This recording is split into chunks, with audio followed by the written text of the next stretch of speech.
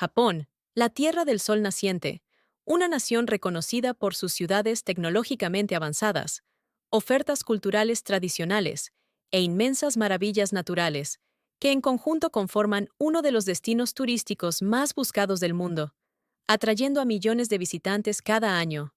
Sin embargo, este nivel de apertura hacia los forasteros es un fenómeno relativamente reciente en la historia de la nación. De hecho, durante más de 200 años, entre los siglos XVII y XIX, las fronteras de Japón estuvieron firmemente cerradas a cualquier visitante externo. Este periodo de tiempo, conocido como Sakoku, fue testigo de un florecimiento de la cultura japonesa, un rápido crecimiento económico y un desarrollo social dinámico que hasta ese momento nunca antes se había visto. Como resultado, esto regaló a la nación muchos de los tesoros culturales icónicos cuyos legados han sobrevivido hasta el día de hoy. Pero, ¿cómo pudo esta nación insular atravesar una transición tan dramática, desde un periodo de relativo aislamiento, hasta convertirse en uno de los países más desarrollados y abiertos del mundo actual? Esta es la historia de Japón. El archipiélago de islas que compone la nación moderna de Japón ha estado habitado durante 40.000 años, y los primeros colonos humanos emigraron allí desde Asia continental.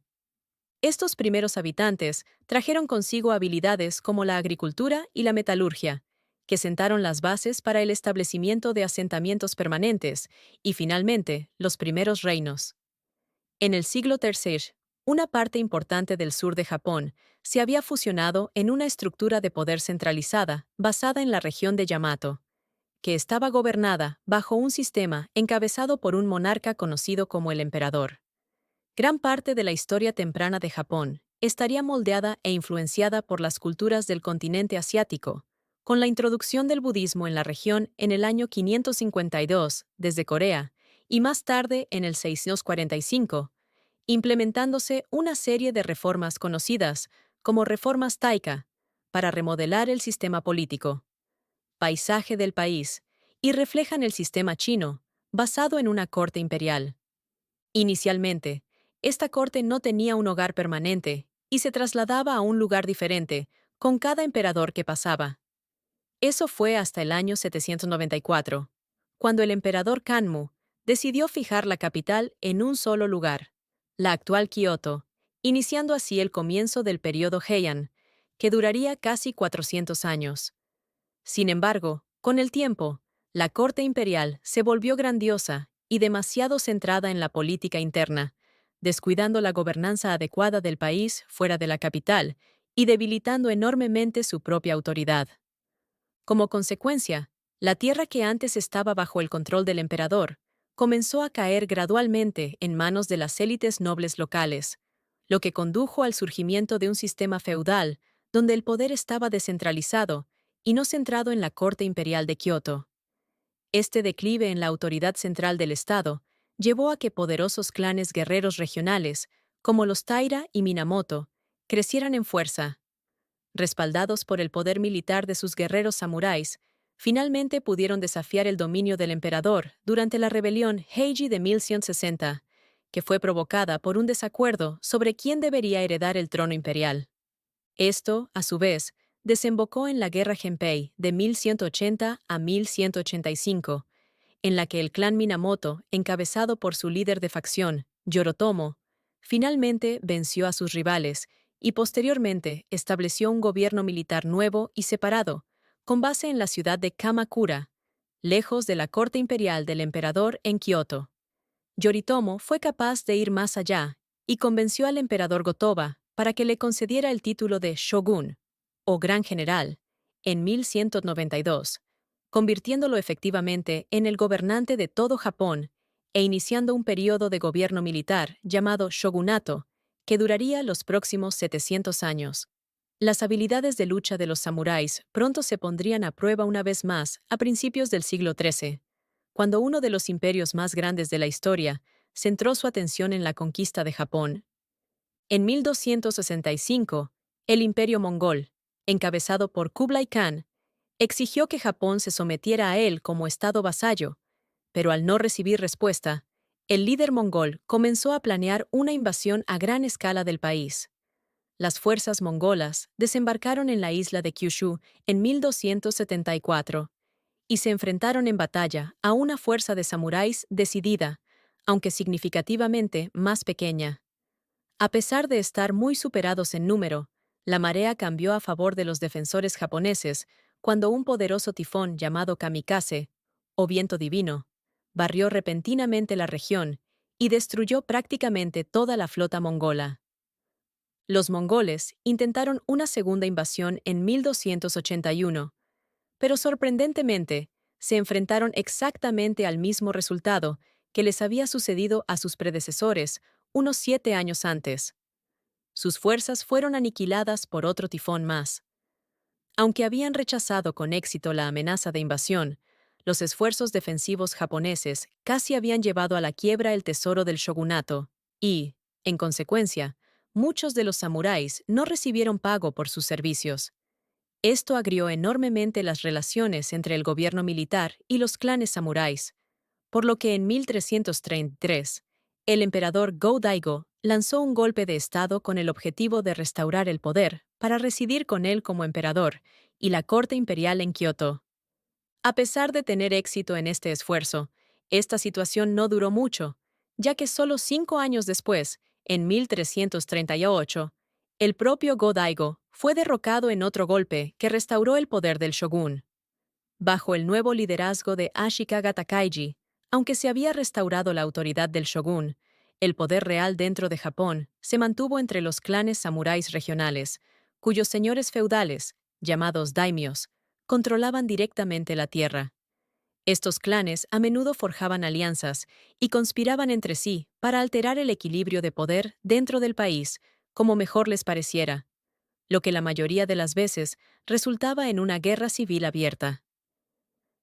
El más violento de estos conflictos estalló en 1467, cuando se libró la guerra Onin para decidir quién sucedería al shogun gobernante, Ashikaga Yoshimasa. Los daimios tomaron partido en el conflicto y efectivamente provocaron el colapso del sistema feudal, dividiendo el país en un mosaico de estados más pequeños e independientes. Esta época caótica, conocida en la historia como Período de los Estados en Guerra, o Sengoku, continuó hasta bien entrado el siglo XVI y vio muchos avances militares importantes, como la aparición de ninjas que llevaron a cabo asesinatos encubiertos y misiones de espionaje, así como el despliegue de monjes guerreros budistas llamados Sohei en los campos de batalla. Aunque en 1543 se produjo un cambio de paradigma en los combates, cuando un barco mercante portugués se desvió de su rumbo hacia la isla de Tanegashima, justo al sur de Kyushu. Los 3 comerciantes portugueses a bordo fueron los primeros europeos en poner un pie en Japón y rápidamente establecieron relaciones mercantiles como parte de la red comercial portuguesa más amplia, que cubría gran parte de la región del Indo-Pacífico. Una vez al año, el barco negro, como llamaban los japoneses al barco portugués, llegaba a la costa para comprar y vender mercancías, entre las que destacaban los mosquetes europeos. Estas armas eran completamente desconocidas para los japoneses antes de esta época y, como resultado, rápidamente se hicieron populares entre los daimios enfrentados, que buscaban obtener una ventaja táctica sobre sus adversarios, hasta el punto de que en 1556 se estaban comercializando más de 300.000 armas de fuego, utilizado en la guerra civil en curso. De manera similar, los portugueses también introdujeron el cristianismo en Japón, lo que benefició enormemente sus operaciones comerciales, ya que los nuevos conversos recibieron un trato preferencial en su capacidad para comprar armas y, en algunos casos, recibieron apoyo militar directo de los propios portugueses. Uno de los daimios más destacados que cooperó con los portugueses fue Oda Nobunaga, quien, aunque no se convirtió al cristianismo, aprovechó la superioridad tecnológica de las armas de pólvora europeas con gran efecto y comenzó a unir Japón bajo su gobierno. Sin embargo, durante las etapas finales de su toma del poder en 1582, Nobunaga fue emboscado y asesinado. Rápidamente fue sucedido por uno de sus seguidores, Toyotomi Hideyoshi, un hombre de humilde origen campesino, que había ascendido en las filas del ejército hasta convertirse en un daimyo samurái, y que pasó a completar las ambiciones de su antiguo maestro y unificar el país. A pesar de ser el gobernante de un Japón ahora unificado, Hideyoshi no asumió el rango de shogun, tal vez debido a su origen campesino, y en cambio gobernó como Kanpaku, regente imperial, así como Daijo Daijin, canciller del reino.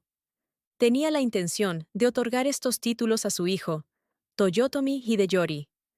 Sin embargo, siendo todavía un niño en ese momento, Hideyoshi pidió a sus 5 subordinados más confiables que prometieran lealtad a su hijo pequeño hasta que llegara el momento en que tuviera edad suficiente para asumir el poder.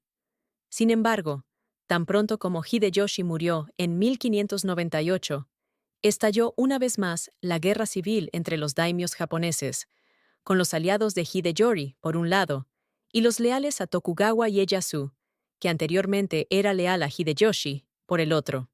La batalla decisiva se produjo en Sekigahara en 1600, con Ieyasu venciendo a sus rivales, iniciando una nueva era para Japón bajo el shogunato Tokugawa, que duraría 268 años ininterrumpidos.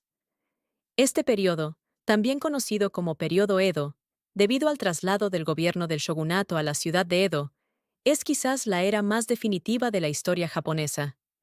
La relativa paz y estabilidad que invadieron el país permitieron que la cultura, las artes y la economía japonesas florecieran en un periodo de prosperidad.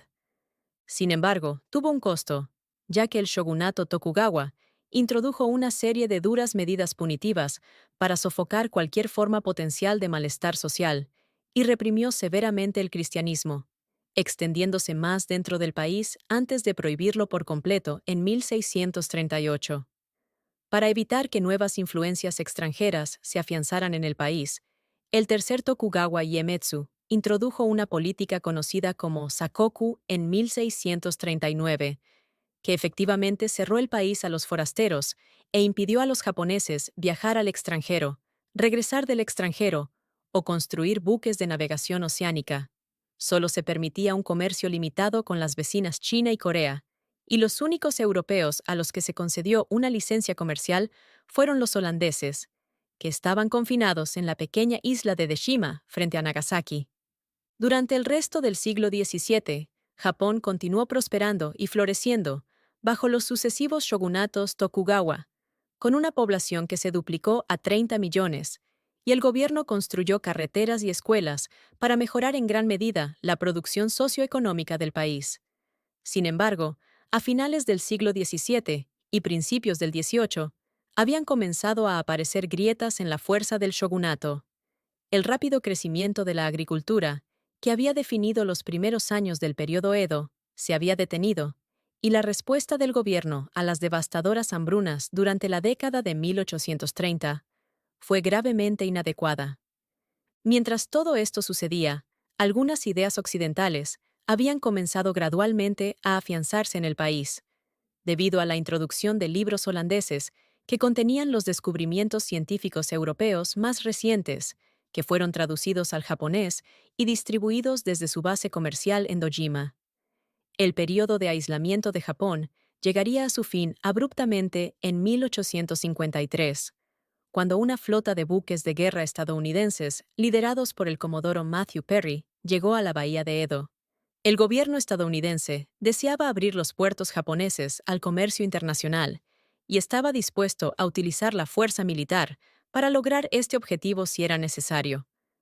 Al no poder igualar la potencia de fuego superior de las fuerzas estadounidenses, el shogunato aceptó a regañadientes las demandas de Perry y abrió el país a los intereses comerciales estadounidenses, extendiendo más tarde esta política a otras potencias occidentales como Gran Bretaña y Rusia.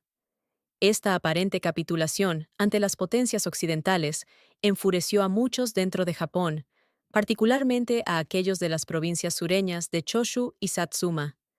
Rápidamente formaron una alianza y en 1868 convencieron al joven emperador Meiji para que emitiera un decreto pidiendo el fin del shogunato Tokugawa. Luego, los ejércitos de Choshu y Satsuma marcharon hacia Edo, lo que condujo a la Guerra Boshin y, en última instancia, a la caída del shogunato.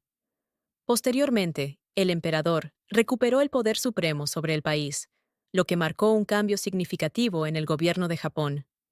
En 1869, la corte imperial se trasladó a Edo, que pasó a llamarse Tokio, y marcó formalmente el inicio de la restauración Meiji. Esto sería testigo de cómo Japón se embarcaría en un nuevo viaje hacia la modernización, con el objetivo de convertirse en un Estado-nación de pleno derecho a la par de las potencias occidentales. Durante el gobierno de Meiji, se dio prioridad a la modernización de la infraestructura, con la introducción de ferrocarriles, líneas telegráficas, así como un sistema educativo universal, y el levantamiento de la prohibición del cristianismo. El gobierno también reclutó la experiencia de cientos de asesores de naciones occidentales que compartieron sus conocimientos en diversos campos como minería, banca, derecho y transporte, para ayudar a impulsar los esfuerzos de modernización de Japón. Un área particular de atención fue el ejército, que experimentó una adopción significativa de las últimas tácticas y tecnologías occidentales. En 1877, este ejército actualizado se desplegó para sofocar la rebelión de Satsuma, que había estallado debido a los agravios de los samuráis locales, que habían visto su papel como fuerza de combate tradicional de la nación volverse obsoleto frente a un ejército permanente moderno. El nuevo poder militar de Japón también se utilizó para expandir el territorio de la nación en ultramar en un intento de replicar las posesiones coloniales de muchas de las potencias occidentales de la época. Después de asegurarse el control de Hokkaido y anexarse las islas Ryukyu, Japón dirigió su atención hacia China y Corea. En la Primera Guerra Sino-Japonesa de 1894 a 1895, las fuerzas japonesas altamente motivadas y bien dirigidas lograron una sorprendente victoria sobre el ejército más grande de la China Qing y, como resultado, anexaron exitosamente Taiwán. En 1902, Japón firmó una importante alianza militar con Gran Bretaña para contrarrestar la creciente amenaza que plantea la expansión rusa en la región. El inevitable choque con Rusia finalmente se produjo en la batalla del río Yalu, que marcó la primera vez en décadas que una potencia asiática derrotó a una occidental. La Guerra Ruso-Japonesa, de 1904 a 1905, culminó en la dramática Batalla de Tsushima, en la que la recién construida armada japonesa prácticamente aniquiló a sus oponentes rusos. Estos éxitos militares permitieron a Japón afirmar aún más su dominio en toda la región, al anexarse Corea en 1910, posicionándose así no solo como una potencia regional, sino ahora como la potencia asiática predominante en el escenario mundial. Motivado por estos recientes triunfos militares y mayores aspiraciones de expandirse por la región de Asia-Pacífico, Japón se unió a los aliados en la Primera Guerra Mundial con el objetivo de adquirir nuevas colonias en el Pacífico Sur, que nominalmente estaban bajo control alemán. Tras la conclusión de la guerra, Japón participó en el Tratado de Versalles y disfrutó de relaciones internacionales favorables, que se vieron reforzadas por su membresía en la Liga de Naciones. Sin embargo, como en muchos otros países durante el periodo de posguerra, un creciente sentimiento de inspiración nacionalista y fascista comenzó a afianzarse dentro de la sociedad japonesa, particularmente entre los militares, cuyas ambiciones expansionistas eran cada vez más audaces. Estas aspiraciones desencadenaron el estallido de la Segunda Guerra Sino-Japonesa en 1937, que vio nuevas adquisiciones territoriales en China continental y una creciente desconfianza de la comunidad internacional hacia las intenciones de Japón en la región. Alarmados por esta agresión y los crecientes niveles de expansión, Estados Unidos impuso duras sanciones económicas a Japón para obstaculizar cualquier esfuerzo bélico adicional. Con el estallido de la Segunda Guerra Mundial en 1939, Japón se dio cuenta de que necesitaba realinearse geopolíticamente con otras naciones que compartían puntos de vista expansionistas similares y, en consecuencia, forjó una alianza con Alemania e Italia en 1940, lo que empeoró aún más sus relaciones con Estados Unidos. Japón también alienó a otras potencias occidentales, como Gran Bretaña, los Países Bajos y Francia, al ocupar más territorio en el sureste asiático e invadir las posesiones coloniales de las potencias europeas.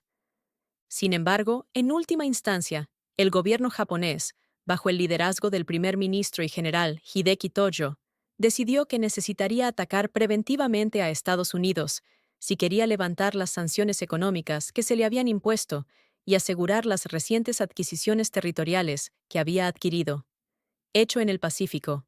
El 7 de diciembre de 1941, la Armada Imperial japonesa lanzó un ataque sorpresa contra la flota estadounidense estacionada en Pearl Harbor, Hawái. Este asalto llevó a Estados Unidos a entrar en la Segunda Guerra Mundial del lado de los aliados y comenzar operaciones militares contra el Imperio de Japón, que ya había conquistado otros territorios en Asia, incluidas Filipinas, Malasia, Hong Kong, Singapur, Birmania y las Indias Orientales holandesas. Los aliados, encabezados por Estados Unidos, se involucraron en un conflicto feroz y prolongado a lo largo del Pacífico contra las fuerzas japonesas. Uno de los objetivos clave era asegurar islas pequeñas con aeródromos estratégicamente ubicados que pudieran usarse para lanzar bombardeos en el continente japonés. Sin embargo, el progreso cada vez más costoso y lento de los combates llevó a Estados Unidos a darse cuenta de que una invasión terrestre del propio Japón resultaría en pérdidas incalculables para sus tropas. Como resultado, decidieron utilizar un arma secreta recientemente desarrollada para obligar a Japón a rendirse. Los días 6 y 9 de agosto de 1945, Estados Unidos lanzó dos bombas atómicas sobre las ciudades de Hiroshima y Nagasaki, causando la muerte de más de 100.000 personas. La rendición de Japón fue transmitida a los aliados el 14 de agosto y anunciada públicamente por el emperador Hirohito en la Radio Nacional al día siguiente. Una vez terminada la guerra, Japón quedó bajo la ocupación de fuerzas aliadas lideradas por el general Douglas MacArthur, quien inició el proceso de reconstrucción. El ejército japonés fue desarmado y el gobierno inició un proceso de democratización. Aunque al emperador Hirohito se le permitió permanecer en su puesto, se le exigió que repudiara públicamente su estatus divino, que se había convertido en un principio central del sistema religioso sintoísta estatal. Bajo la dirección del primer ministro Shigeru Yoshida, Japón cambió su enfoque hacia el desarrollo económico en lugar de seguir una política exterior asertiva. En 1955, la economía japonesa había superado sus niveles anteriores a la guerra y en 1968 había emergido como la segunda economía capitalista más grande del mundo. En las décadas siguientes, Japón se estableció como líder mundial en la fabricación de automóviles y como un actor importante en la industria electrónica, lo que resultó en un auge económico respaldado por bienes de consumo fabricados en Japón. Toda esta actividad económica de posguerra ayudó a moldear y convertir a Japón en la nación exitosa que es hoy, una nación que ocupa un lugar destacado en casi todas las medidas de producción y desarrollo global, desde la economía hasta la tecnología, e incluso la esperanza de vida. Todo esto se debe a la ardua ética de trabajo y la tenacidad del pueblo japonés, quien, después de haber sufrido dificultades durante las etapas finales del conflicto más destructivo del mundo, decidió embarcarse en un camino completamente diferente hacia la reconstrucción de un Estado-nación moderno que fuera libre de las hostilidades, divisiones y desigualdades del pasado.